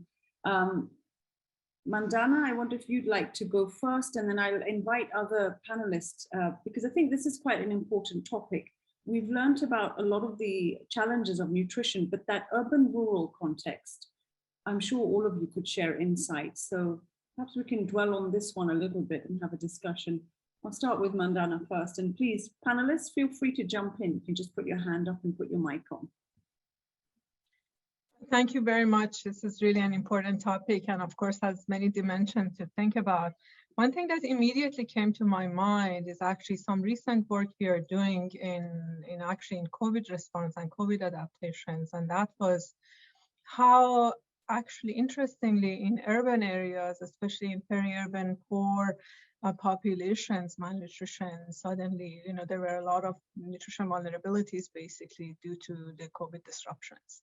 Because these were, for example, a lot of households that their livelihoods was dependent on daily work and dependent on, the kind of things that were immediately disrupted, their access to health, all of that. So actually, while in some aspects there may generally be, more vulnerabilities in rural areas due to a lot of, the challenges in agriculture and availability and food access issues, especially when services are disrupted. What we noted is that these pockets of vulnerability within the urban areas are actually very hard to reach and very difficult to kind of cover with nutrition intervention. So that's one thing to think about, that how do we really address these kind of pockets of vulnerability in relatively better off, areas. That's one thing that has been the challenge and at least currently in nutrition.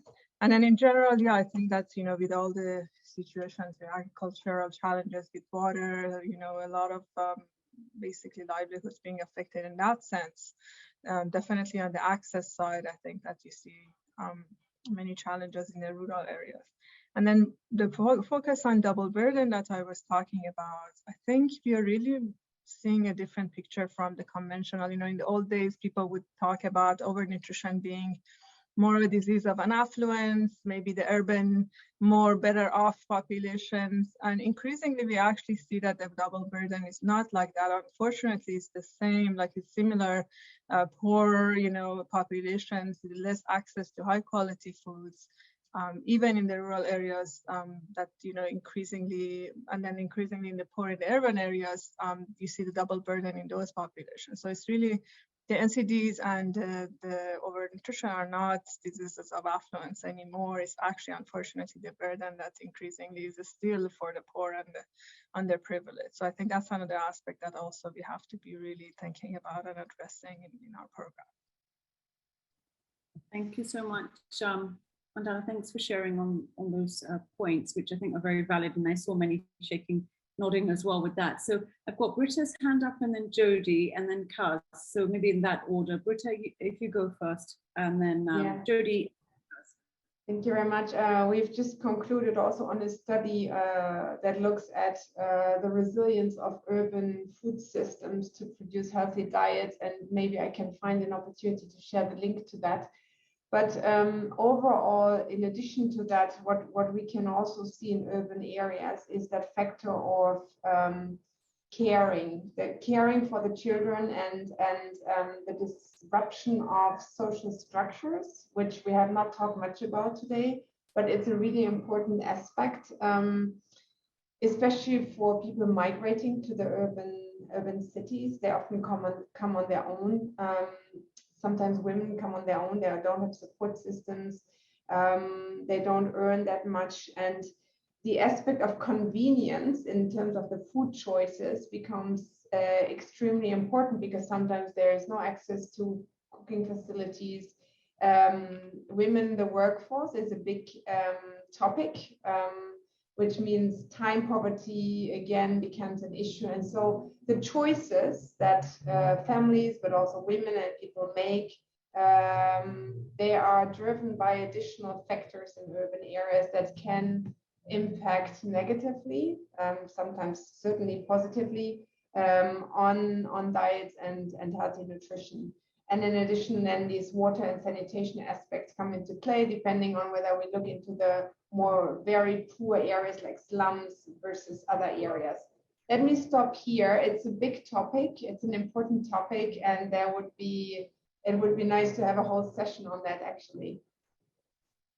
Good point, Britta. I so agree with you. I think this is such the heart of the matter of what we're seeing in Asia, at least what I can speak for Asia Pacific, where we're seeing this dramatic shift. And I can see so many of the panelists with their hands up now. Okay, so I believe I have Jodie next. After Jodie, Kaz, Professor Lada, and then Ahmed. Okay, so Jodie, over to you. Great. So yes, obviously I agree with everything that Britta just said, the specific issues in urban areas of convenience and the changes in the way that we're all living. I think the urban-rural issue is important, but also looking within urban areas. I live in Bangkok, which has some of the most, even within Bangkok, is one of the most unequal cities in the world. You have very rich and very poor. So it's important to not understand cities as a single entity. Of course, different populations are affected differently. In terms of vegetables, there are various things that we're looking at or that we are starting to understand in terms of specifically urban populations. So vegetables, being, of course, a fresh food, need to be produced close to where they're eaten, or at least need to have good infrastructure to get to where they're eaten. So peri-urban production is an area that we're exploring actively in order to get vegetables closer to where they're eaten, provide jobs in and around cities. Of course, what's needed then is government, or at least local government infrastructure, make sure that those companies are supported in order to get the vegetables where they need to go. The other big topic, of course, is urban gardens, and that's come up a lot during COVID, where people have been needing to look at how they access fresh foods. One of the big issues that's come up around that, I know certainly in the Philippines and I'm sure other places, is land use legislation. So a lot of urban areas that we might say would be great for vegetable production are actually off limits for various reasons because of local government legislation. So there are certainly things we can do to have vegetables produced closer to where they're eaten, but there are often governance and regulation issues that also need to be addressed around those great ideas. So let me leave it there. Great point, Jodie. And I must say, we often within ADB are challenged by exactly that topic of land. Of course, we have a very rigorous safeguards policy, and land, whether it's for market spaces and even just getting produce to a market where it can be, have that the food safety, the grading, and so on. The key issues often become the land availability, and maybe. At the end, when I come to Ahmed, maybe we can talk a bit about that as well in the context of soil quality. But over to Kaz next. Kaz, great to hear from your private sector perspectives too. Thank you very much. I agree that all the discussion made, the rural versus urban area, and also high income, low income kind of difference. And I just wanted to add one more point, which we discussed recently with my colleagues, that is the kind of immunity under this pandemic situation. So as everybody agreed, the health of immunity, the micronutrients played a very, very important role. But even in the urban side, high income, the community, there's still some the malnutrition of the multi-nutrients, the micronutrients there, like vitamin D or vitamin C, or that was one of the big issues. And also the non-communicative diseases, especially obesity or those kind of things, increase the risk of the COVID-19. So now we have the vaccination, but we need to prepare for the next, maybe a different type of a pandemic, maybe, or in future. Thinking about that, it is both for the rural area and those urban side, it is very important to think about the nutrition and the health of the immunity. That is one of the important key discussion point, I think. Thank you, Kaz. Thanks for raising that point as well of looking at both of these dimensions. We go to Professor Ladi next to make her points, but I might also ask her a question once she's made her points on some of the effective mechanisms we can apply as well. But please go ahead. Yes, I would like to add some information from the National Health Examination Survey, which is carried out in every 5 years. The conventional thinking is that we will see more undernutrition in the rural and more overweight, obesity in the urban area. But from the series of this survey, we see that the rural people is catching up on, on the side of overnutrition. We see more and more children in the rural area are getting overweight and obese. So I think it's because of the distribution of food and the pattern of food now we see not much different, and because of transportation, and because of the advertising and what you see in the media. So then not much different among these two sectors now. And it's interesting. We see higher from the latest, the most recent mixed survey, we see that Bangkok children has the highest incidence, prevalence of stunting, wasting. So that's quite shocking for people in the public health. but as the previous speaker has commented, in Bangkok, we have a pocket of people coming from rural, and after the economic disruption due to COVID, these people cannot get food as their counterpart in the rural area. Everything they have to buy. So we see this affect young children, and I think child nutritional status is one of the most sensitive indicators of economic and social development. I mean status. So when we see this, it means that our economic status is really very worse in the worst situation. Yes, thank you. Thanks, Professor Lauder. I'll come back to you in a bit with another question for everyone, but we'll go to Ahmed first. And Ahmed, please share your perspectives. So thank you, Yasmin. So first, the evidence from Pakistan is that the nutrition profile of the rural population is worse than urban. And probable explanation is that the urban centers receive food from varied sources, and perhaps they have access to more variety, and therefore somehow perhaps that's the reason why the prevalence of serious challenges, whether they are children, pregnant women, or ordinary people, it's more serious in the rural parts. There's one point I would also like to make, and that is, as far as the urban supply of food is concerned, I think some very exciting changes are taking place. So we did a study on what is the time that a crop is, or a especially a vegetable, is harvested, and the time it takes to reach the plate. And because of the new technologies, and because of the increased use of mobile phone and all these new companies which promise to deliver farm fresh produce in a relatively shorter time.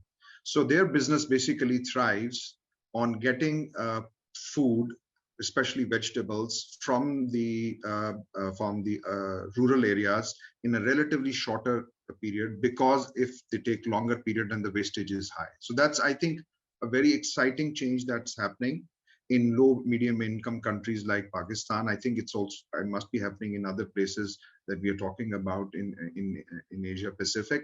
And I think in the next 4 to 5 years, as more and more mobile phones, their penetration increases, more broadband connectivity reaches, and more of such companies which would reduce the time it takes the harvest to reach the plate, that I think will have a direct impact on the quality of nutrition that people in the urban centers are receiving.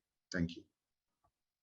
Yeah, no, that's a good point. But then perhaps maybe my question is, I guess that's very much linked to the urban context. And I'm wondering on the rural challenges that we have, particularly with connectivity, where often it's very difficult. And I think in the case of Pakistan, we're talking about 30% losses, post-harvest losses on the farm, which are tremendously high for a country which has an agrarian economy. But I take on board that point about the peri-urban, and I think, was it Jodie, I think you mentioned that as well earlier about urban farming, peri-urban farming.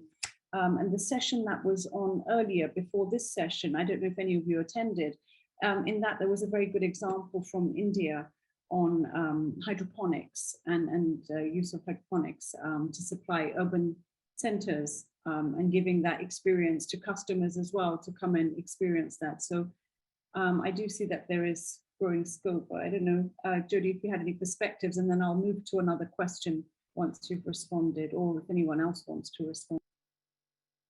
Yes, not my area that far up the food system, but absolutely anything from hydroponics to standard growing practices, anything that is appropriate to the area and gets vegetables closer to where they're eaten.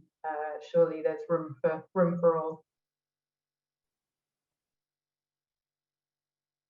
Thanks, Jodie. Thanks for sharing on that. So now there was a question posted in the chat box And I thought it had to be one of the most challenging questions that was asked. And I think it was the first one asked. So it was about finding an effective mechanism to tackle malnutrition in this region. And it's, of course, a very broad topic, but maybe I can come to each of you to listen to your wisdom on this very large question, which maybe was the driver of this panel as well, but clearly is incredibly important for all of us, and particularly for an organization like ADB, which is working really at the heart of many of these issues. So let's see, who do we go? I'm going to start from our keynote speaker first, Mandana, and maybe ask you first on what do you consider the most effective mechanism? And perhaps it doesn't need to be a single solution, but perhaps some of the features of it. Yeah, thank you, Anna. You know, we have such a diverse set of colleagues. I think I can just only cover a small portion of what can be addressed and is important. But I guess the point I was trying to make, and I thought would be my addition to the discussion today, was the fact that we still have relatively simple, low-cost, proven nutrition interventions that can go to scale in Asia. You know, things like maternal nutrition or early and exclusive breastfeeding, or some of these, again, we call them nutrition specific. It may not come as a first choice to, you know, let's say ADB or more kind of higher level upstream, you know, programmers. And but I think it's important to recognize that these pathways have common, you know, ways of working, and they're actually investments in some of these, or co-investments, or sharing investments in some of these nutrition specific areas could still actually have multiple benefits also for those broader economic productivity and longer term, you know, reduction of healthcare costs, and, you know, increasingly the data and evidence is strong there. So while it's amazing, I mean, I'm sure innovation and looking across, you know, what can be done in many areas in economy and in food systems is important. We should not forget that we still actually have some of these relatively small, easily scalable solutions, and especially in Asia where systems work. And there are opportunities to actually expand on those. And that, I guess that was what I wanted to highlight, not as the only solution. And I'm very acutely aware of multi-sector and multi-system and multi-interventions needed, but maybe just making sure that they are in the mix and they're still part of the investments, investment cases when we are engaging the broader policy discussions. Thanks. Great, thanks, Mandana. And yeah, fully hear that, this combination effect. So maybe I'm going to ask, would anybody like to go next? Would you, if you would like to put your hand up, or I can pick somebody out of our panel. Yasmin, can I say something? Oh, please. So I think building on what Mandana has just said, I think one of the important interventions that people have identified is the dairy and livestock sector. And Dr. Ladda was also talking about how, you know, the problem can be solved for the rural population. And I think a lot of that has to do with livestock, and where Asian Development Bank and other development partners can come in is to increase the access to finance, which I think by virtue of your name is something that you do, is to all these people. I think we have seen enough evidence that agri-credit is one of agri-sector, which is of course what we are discussing today, is one of the least serviced sectors when it comes to access to finance. And unless that problem is solved, you will not have investment made or you know, capital goods created in those areas, for example, livestock. And that really impacts the food security and nutrition. Thank you. Very valid, I have to say. I think it's one of the critical challenges constantly being faced is this lack of access to credit. But I see that some of the major challenges of getting that credit to the hands of people can often be the major impediment of how does it get there. And there was this question on our chat box as well about looking at social safety nets and cash transfers. which we can come back to, circle back to. I'm going to request Victor or Kofi, who we haven't heard from for a while, if they'd like to share any perspectives on this solutions or effective mechanisms on tackling malnutrition. Okay, Yasmin, if I may go. Yes, please. What I will say is that, as we all know, when it comes to tackling malnutrition, biofortification has played an integral part. We saw in the presentations. And when it talks in terms of the biofortification, especially in crops, we are looking at three major components. One is the plant breeding, which mutation breeding comes under it, the transgenics techniques, and then also agronomic practices. These are the three main areas of biofortification that has played parts when it comes to the biofortification. People were talking about rice in this presentation. People were talking about some pulses also here. These were all achieved through biofortification. So, integral parts, even though it's a multi-sectorial approach, I think one integral part have to be at the perspective of the biofortification, and therefore coming from nuclear approach, I would say the mutation induction can be one of the key parts that we should look. Because the idea is that at the end of the day, when the development is done, it becomes comparatively cheaper for the end users to use, especially if these are for farmers. Two, we all know that there are a lot of underutilized crops all over. For example, if you take some of these pear millets, if you look at the nutrient content in them, it can be extremely high. So these are all the areas that we can exploit in terms of the umbrella of the biofortification, therefore breeding, transgenics, and then the agronomic practices to exploit and include into any other, to fit them into any other approaches that I think the ADB would like to have a look there. This explains why in my presentation, I did indicate that the IAEA is coming up with a new consolidated research project, a CRP, that we are going to look at how underutilized crops can be exploited to fit into this nutritional security. And this will be an area that I think we may need to have a lot of discussions with, focused discussion with your team, and we see how we can put it up. Thank you. Thank you so much. Yasmin, if I could just add, because Kofi has said everything I wanted to say as well, just to re-emphasize the need for research as we look at what has worked and what can work. Research is very, very important, both proof of principle, but also operational research. So that's why this is the area actually IEA is focusing on, to be able to give people tools to generate information to be able to assess the impact of intervention. So I just wanted to add that aspect, that we shouldn't just focus on doing things without also having actual reliable data, as Mandana already emphasized previously. Thank you. Thank you. Thank you, Victor, for re-emphasizing that point. I think it's a very important point and touches upon a number of presenters' points that they made. So we have just 2 minutes left for panelist perspective. So I'm going to give Professor Lada, Jodie, Britta, maybe you have 45 seconds each to make your points. And then yes.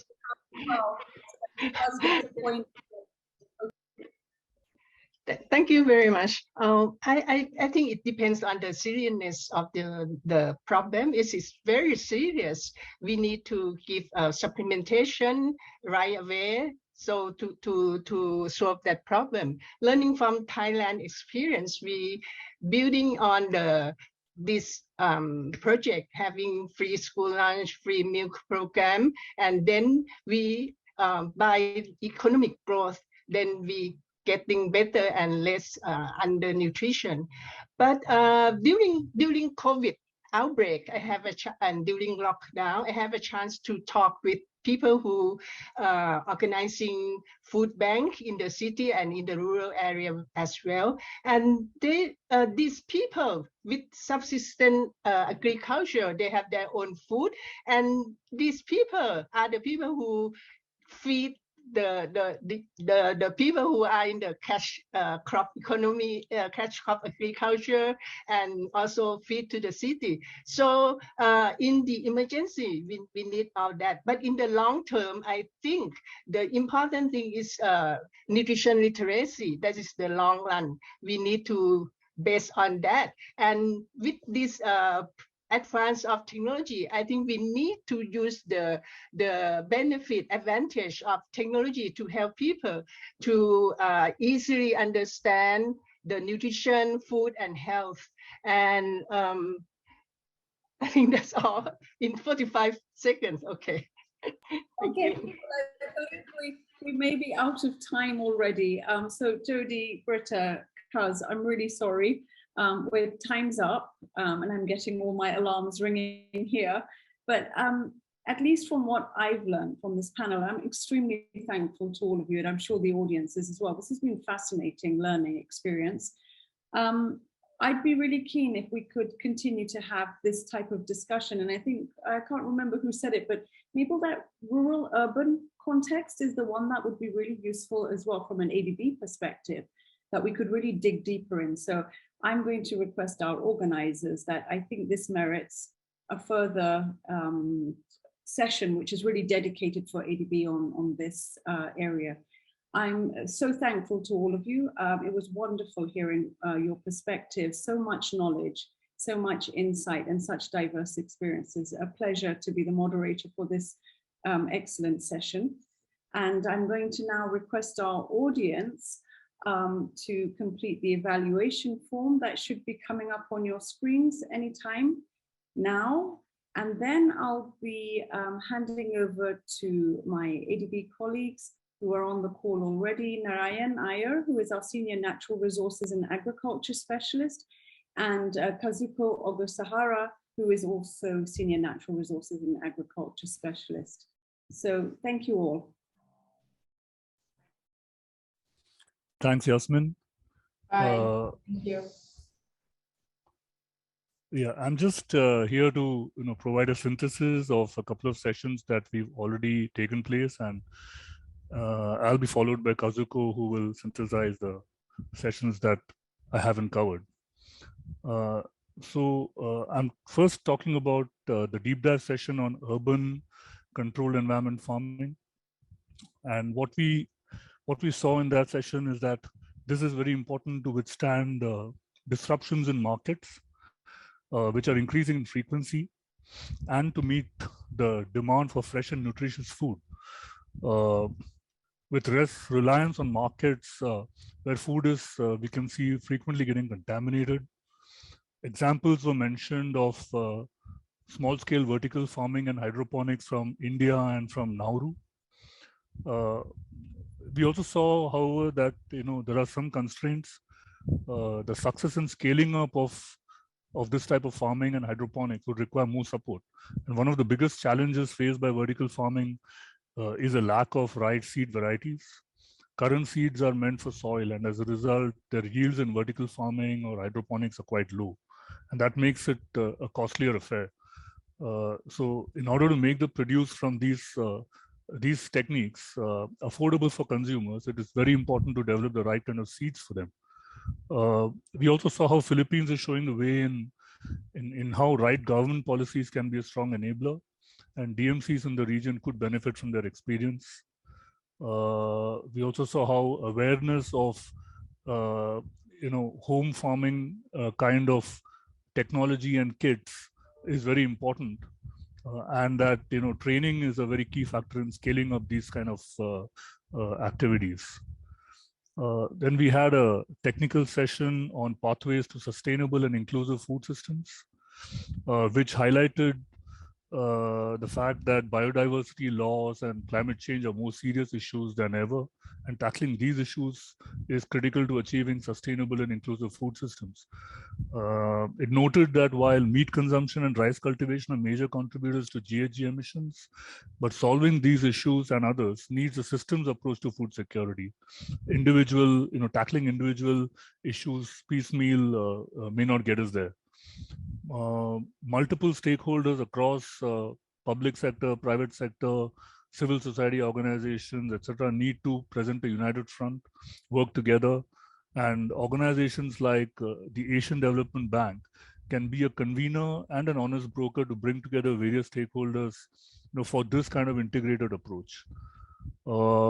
We also saw that, gender inequality in agriculture and food systems, that was highlighted, and that it is endemic and is further exacerbated by climate change.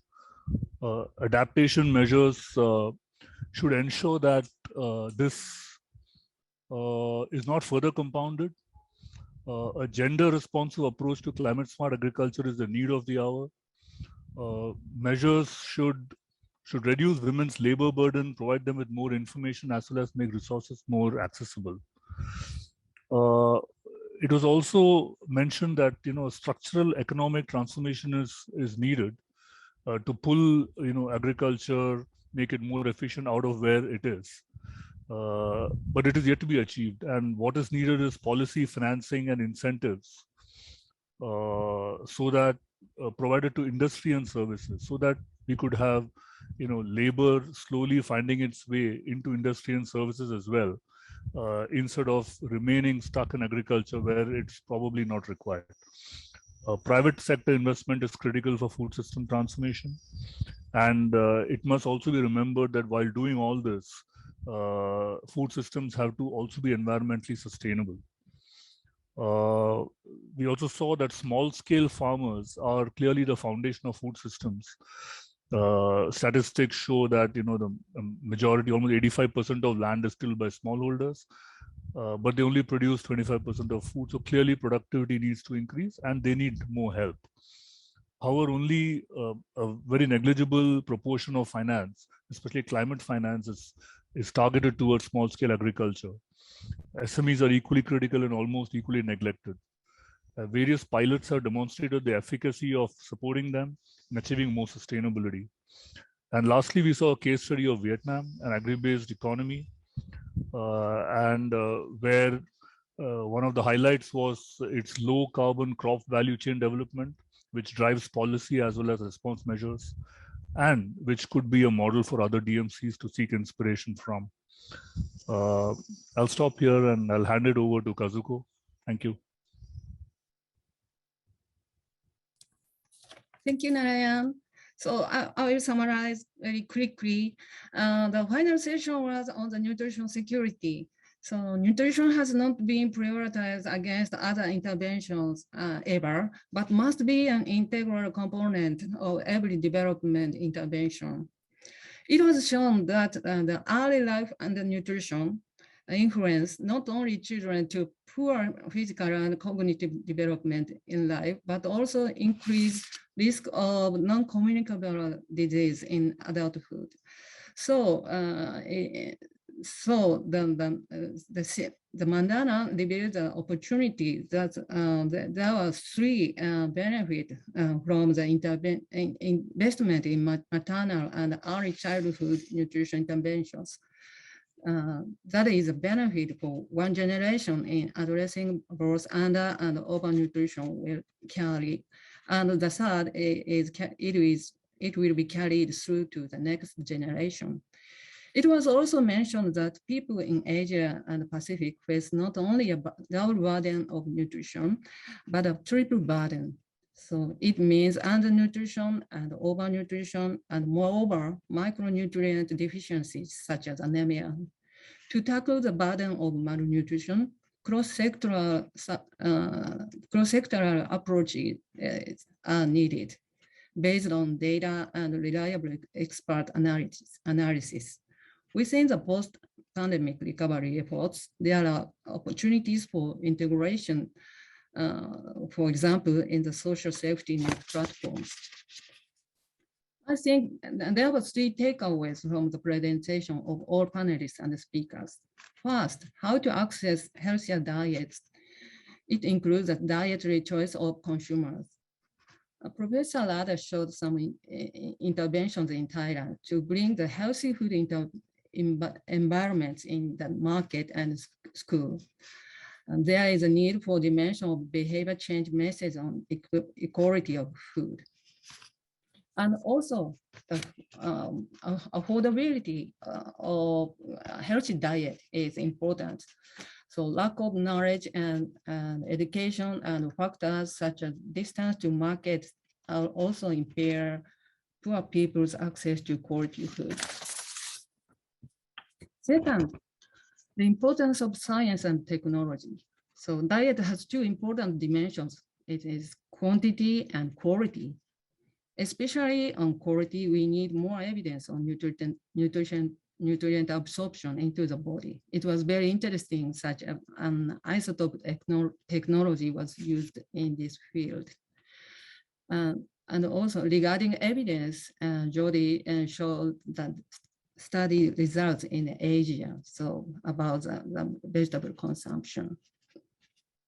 So it is also important for communities and local governments to work together to gather data on the progress and challenges faced by the programs. Finally, it is mentioned in other sessions too, cross collaboration is important. As a voice from private sector, President Kazu introduced a DSM's commitment at Food System Summit on September 2021. To achieve this commitment, they are working on developing partnership to scale up micronutrient supplementation with government and private sectors. In this way, partnership is key to solving the enormous problem of nutrition insecurity. It is important to work in coordination to avoid any duplication of efforts and missed opportunities to make the best use of available knowledge and financial resources. Let me stop here. Before close the session, please answer the questionnaire for the evaluation. Thank you very much.